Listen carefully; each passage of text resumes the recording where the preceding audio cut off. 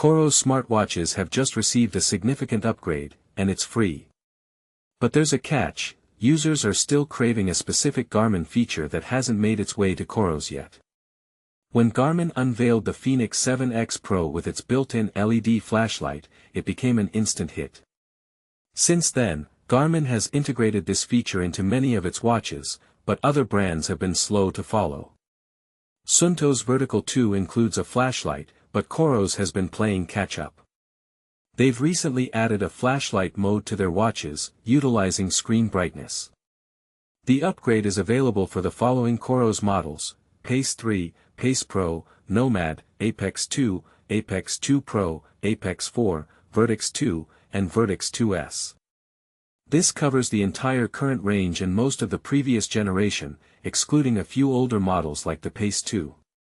To get the update, ensure you have the latest version of the Coros app.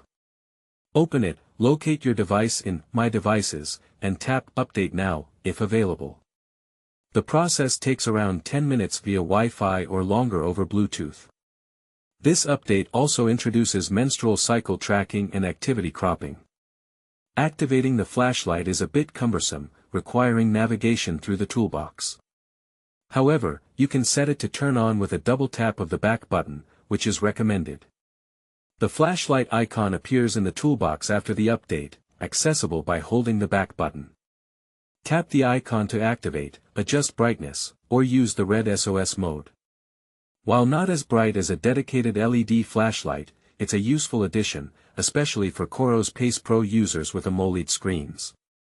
But here's the controversial part: will Coros ever match Garmin's LED flashlight feature? Only time will tell. What do you think? Share your thoughts in the comments.